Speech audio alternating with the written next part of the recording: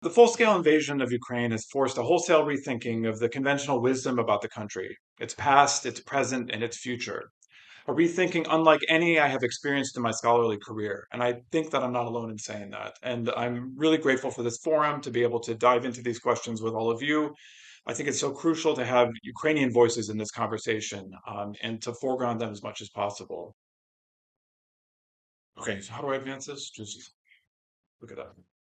My longest, most extensive connection to Ukraine and its culture has been through my study of the music of Valentyn Sylvestrov.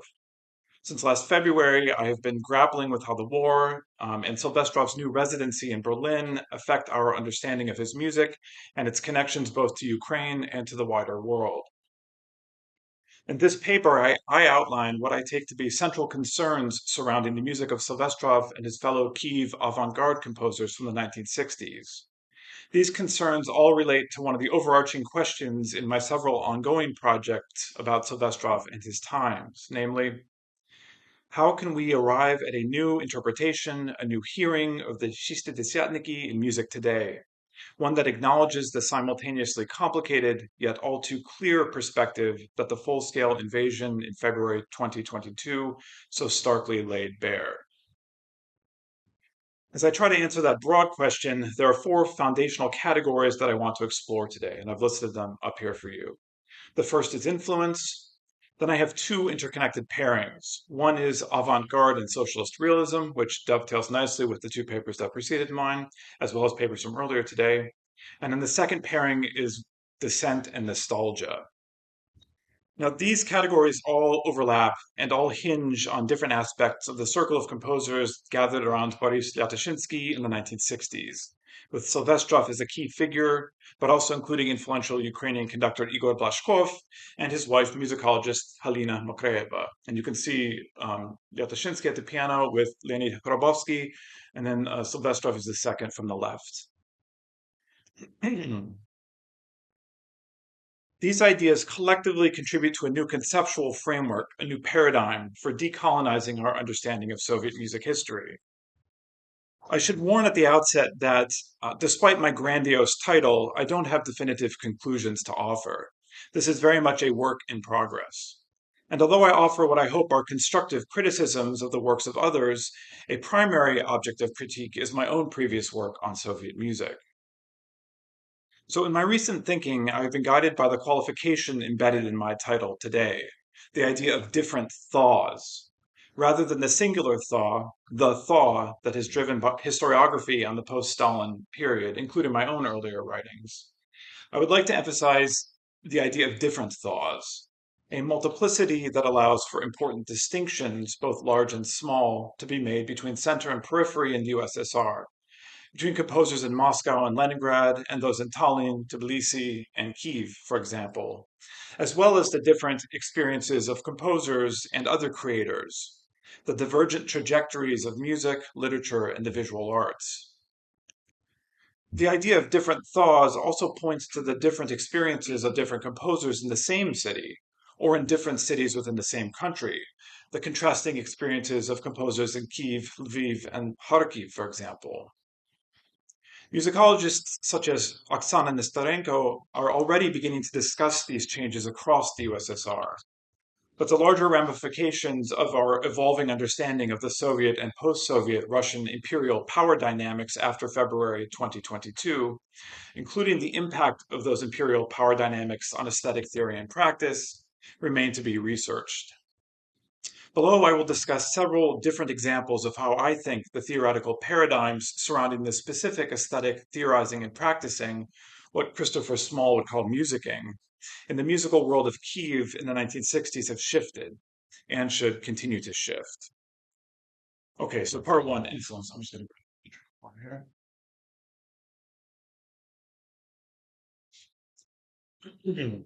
One of the central concerns that I have been trying to reconsider has been the idea of influence, specifically how questions of influence affect historiographical and aesthetic accounts of creators at the so-called periphery of larger, more powerful geopolitical forces. As I have been considering this in a number of works in progress, I encountered the scholarship of the late art historian Michael Baxendall, whose work has strangely been overlooked by musicologists, almost completely overlooked as far as I can tell. Now, this ignoring of Baxandal is surprising because his skepticism about traditional means of adjudicating influence are worth considering in many musical contexts, but especially, I have found, in the context of our evolving decolonial approaches to studying Ukrainian music. So I got a couple of quotes from Baxandal here I want to share with you. Baxandal argues that the traditional ways in which we consider that artist X influences artist Y has things precisely backward. He says, this is the first quote, if one says that X influences Y, it does seem that one is saying that X does something to Y or did something to Y, rather than that Y did something to X. But in the consideration of good pictures and painters, the second is always the more lively reality. He continues, if we think of Y rather than X as the agent, the vocabulary is much richer and more attractively diversified. Now, in the interest of time, I'm not going to read that list for you, even though I think it's very effective as a dramatic tool in a speech, but you can look at it yourself. There are a lot of options we have here for discussing influence in the way that he's trying to set out. Yeah? And the sheer volume of the catalog, the sheer excess of this catalog of synonyms, really is the point. We have so many options that we have not been using. Furthermore, Baxandal adds, to say that X influenced Y in some matter is to beg the question of cause without quite appearing to do so. This gets at the heart of the matter of evaluating musicking in the late USSR within a decolonial framework. For the causes and compulsions are the key to understanding the tangled relationships between center and periphery within the Soviet Union. Baxandal urges us to think in greater detail about what it means to make artistic choices, which are never just artistic choices, but are always choices with larger conceptual and practical implications, impinging on senses of self, nation, careers, and livelihoods. What Baxandal does is shift the direction of our thinking, moving from looking at how outside forces pushed inward, often to ostensibly subsidiary or peripheral countries, to looking at how creators everywhere always mediate between inner and outer. This recentering of the once marginalized and condescended to is a key step in the decolonial project. Baxandal provides us a framework and a vocabulary for clarifying the distinctiveness of the musical culture and musical creations of the Kyiv 1960s, showing how the particular inflections by Sylvestrov, Leonid Hrabovsky, and others transformed the impulses they were hearing and seeing in scores and recordings from outside Ukraine. And in the longer version of this paper, I play you a couple examples here just to show how this music was not derivative, but was very sincerely figuring out what kinds of voices these composers wanted to create. So my second part. Yet reconsidering influence from a perspective informed by Baxandal only takes us so far. For there are other central categories related to music in Ukraine and the USSR in general that also need to be adjusted to the present moment. One of those categories is that of the avant-garde itself. Specifically, when we talk about the Kyiv avant-garde, how can we best account for and interpret their avant-gardeness, the ways in which they were and are avant-garde? The idea of the avant-garde was one that exercised Soviet critics and creators alike. For example, it occupied a large chunk of Sylvestrov's important 1967 interview in Unist, in which he noted in an answer at once subtle and blunt that the avant-garde in music, beside its destructive goals, both those ascribed to it and those that it actually has, also possesses others. Important is its attempt to find the sources of musical style, the source of genre, the source of tradition, the beginning of the gesture that discovered rhythm and became, for example, the waltz. We are accustomed to developed tonal music, for tonality is the foundation of musical upbringing. And thus music that is standardized and therefore seems logical also seems natural. It is comfortable and peaceful to sit and work with a scale and innate tonality, but that is a questionable comfort, for inertia often turns off creative work. The best manifestations of the avant-garde are a revolt against the inertia of compositional thought. So, as is clear here, Sylvestrov both wanted to catch up, but also to push forward, to return to the building blocks of musical language, and thereby to construct a new personal style. Nonetheless, however much Sylvestrov, Hrabovsky, and their friends and colleagues tried to create and explore new sonic environments, the term avant-garde always saddled them and their audiences with expectations. These expectations have become particularly difficult recently. As a sign of how quickly interpretive regimes have shifted over the past year, I want to point to a passage in the introduction to Richard Gillies' thought-provoking recent book, which is called Singing Soviet Stagnation, Vocal Cycles from the USSR, 1964 to 1985.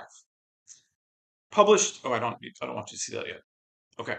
Published in 2021, this book examines Sylvestrov's song cycle Steps, which was first composed between 1981 and 1982 and was revised in 1997.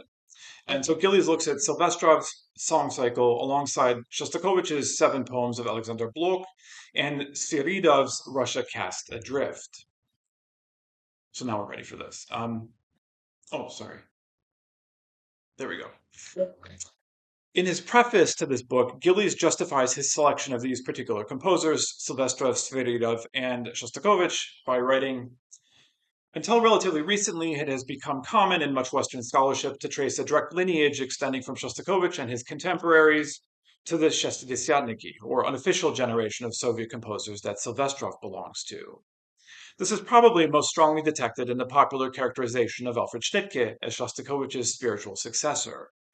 An idea which I am not particularly interested in disputing, but which nonetheless encourages a lopsided concept of Russian music history that focuses on the adoption of Western modernist techniques, that is, serialism, as a marker of cultural progress. I was therefore keen to include discussion of Sviridov's strongly nationalistic values and musical aesthetic as a sort of breakwater between my chapters on Shostakovich, who was, after all, Sviridov's teacher, and Sylvestrov in order to help recalibrate our understanding of the musical and cultural landscape of post-Stalinist Soviet music that still largely privileges avant-garde and experimental voices over nationalist or conservative ones." Okay, that's a lot, but there's much for us to discuss, so I'm going to take it apart bit by bit, or engage with it bit by bit. I mean this as a critical engagement in the form of a critique, not in a negative one. So I start with noticing that there's a rather typical elision here between Soviet and Russian. I've highlighted the parts here, where everything that's Russian is often cast as Soviet. Yes, and vice versa.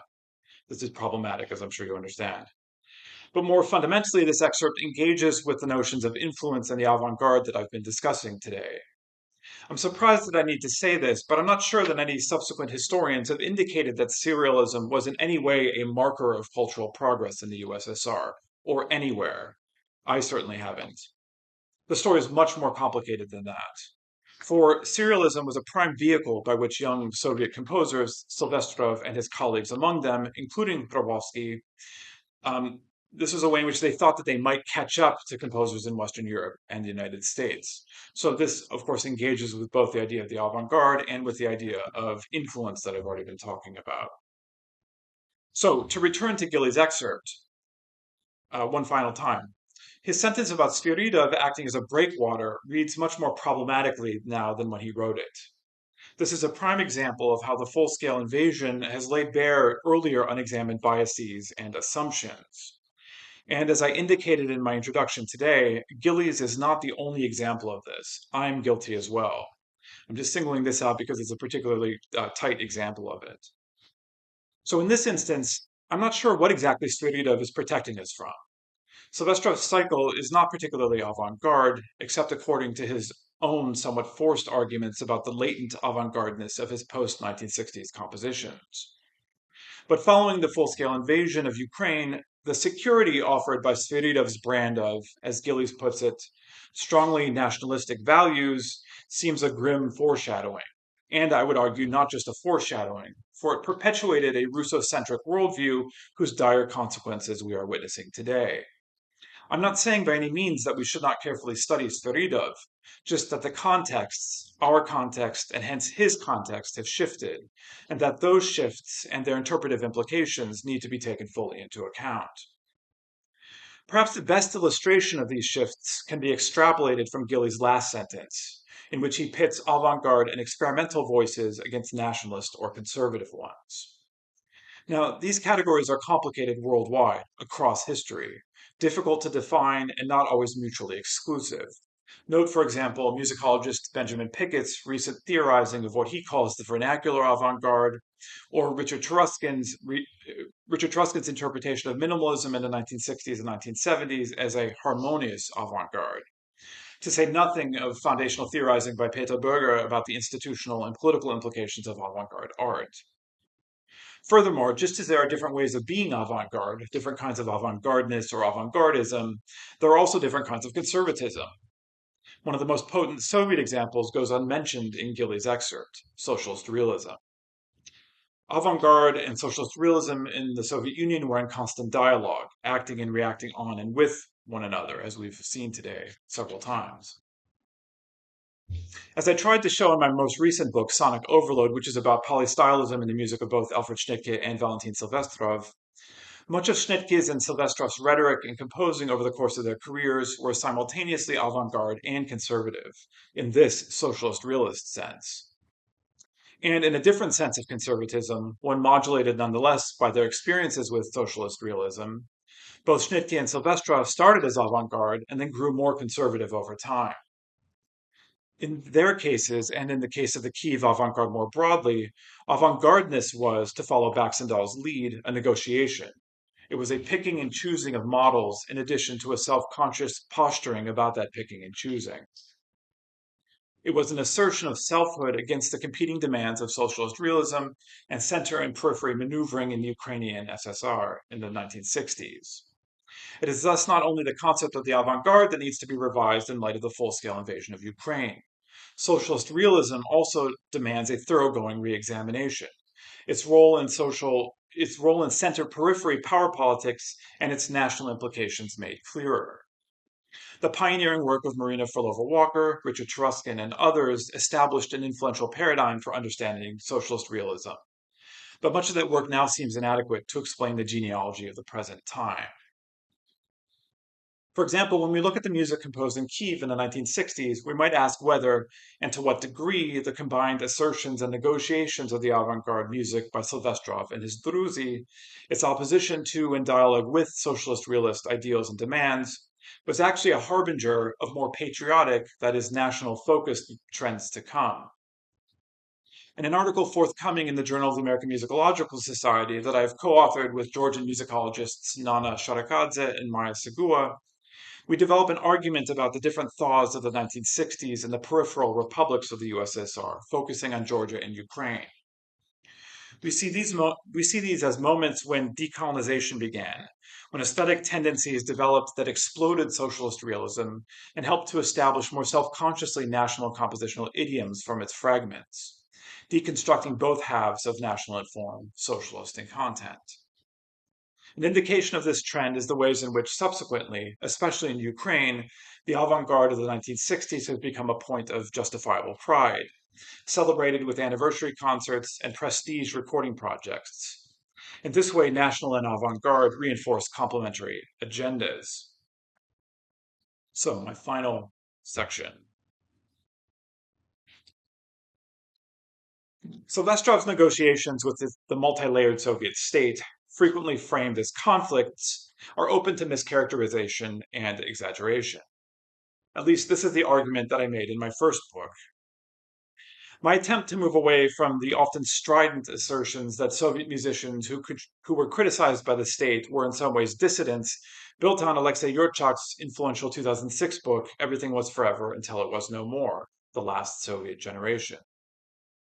In this book, Yurchak constructed a sophisticated, perhaps too sophisticated, argument about the complexities of the Soviet state in its final decades, a period in which overt opposition was rare, substituted by more subtle gestures from those who had effectively dropped out from public discourse, instead carving out purportedly apolitical spaces within the official framework, spaces that were neither official nor unofficial. I tried in my first book to refine Yurchak's interpretation by allowing for spaces of resistance in music and other cultural areas in the USSR, especially during the post-Stalin period. But over the past decade, as I have researched further the music in Ukraine in the 1960s, I became increasingly skeptical of Yurchak's reframing of the late Soviet period and the broad resonance and effects of his normalizing theory.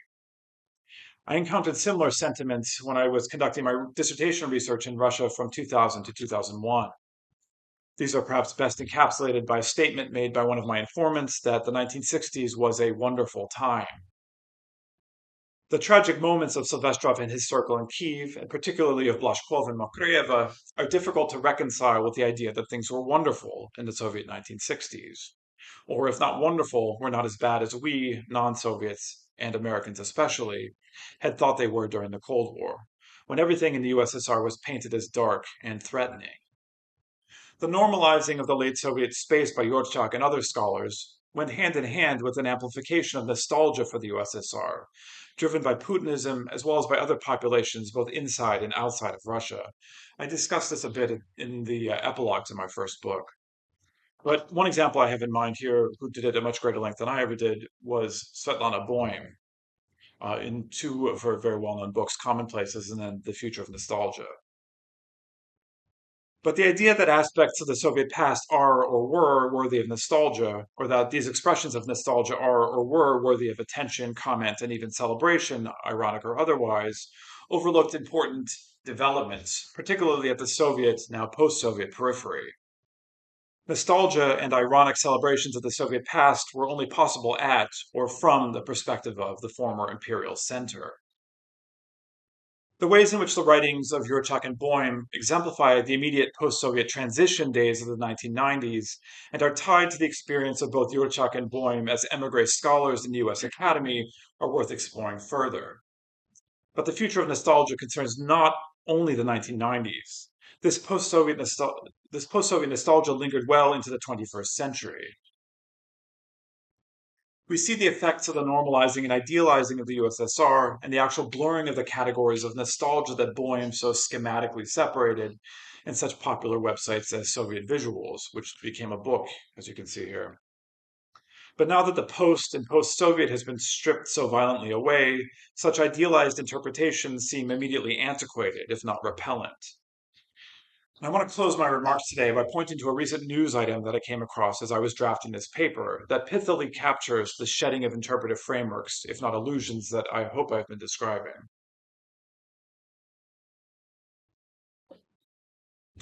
An article in the New York Times from the 26th of April of this year discussed a town in northwest Poland called Solinowo that used to woo Russians by embracing Soviet-era kitsch. Kitsch similar to that cataloged by Boym and the Soviet Visuals website. Now, to skip to what I consider to be the key line of the article. After the full-scale invasion of Ukraine, the focus in this Polish town became more challenging to maintain. For, as one of its residents noted, kitsch became offensively creepy. This is a feeling that I think many of us are now coming to terms with as we try to think through the intellectual and conceptual implications of the shift of perspective that the full-scale invasion has forced on us. Of course, as I don't need to tell any of you in this room today, this shift was anything but sudden. The reaction of the larger scholarly community outside the former USSR is already embarrassingly late. Ukrainians had been telling us about this since 2014, Georgians since 2008. Nonetheless, that statement by the Polish resident summarizes much of my attitude toward scholarship on the USSR from around 2000 to the present. Yurchak and Boym are only two of the most visible examples. As I have already mentioned, many of us are vulnerable to these and similar charges, myself included. I welcome further dialogue and discussion about how we might all proceed as we reconsider influence, the avant-garde and socialist realism, and dissent and nostalgia, as well as difference and identity, power and resistance within the Soviet and post-Soviet spaces, listening with newly attuned ears to its previously drowned out, multifaceted musics and voices, most specifically those of Ukrainian scholars, critics, composers, performers, and listeners. Thank you.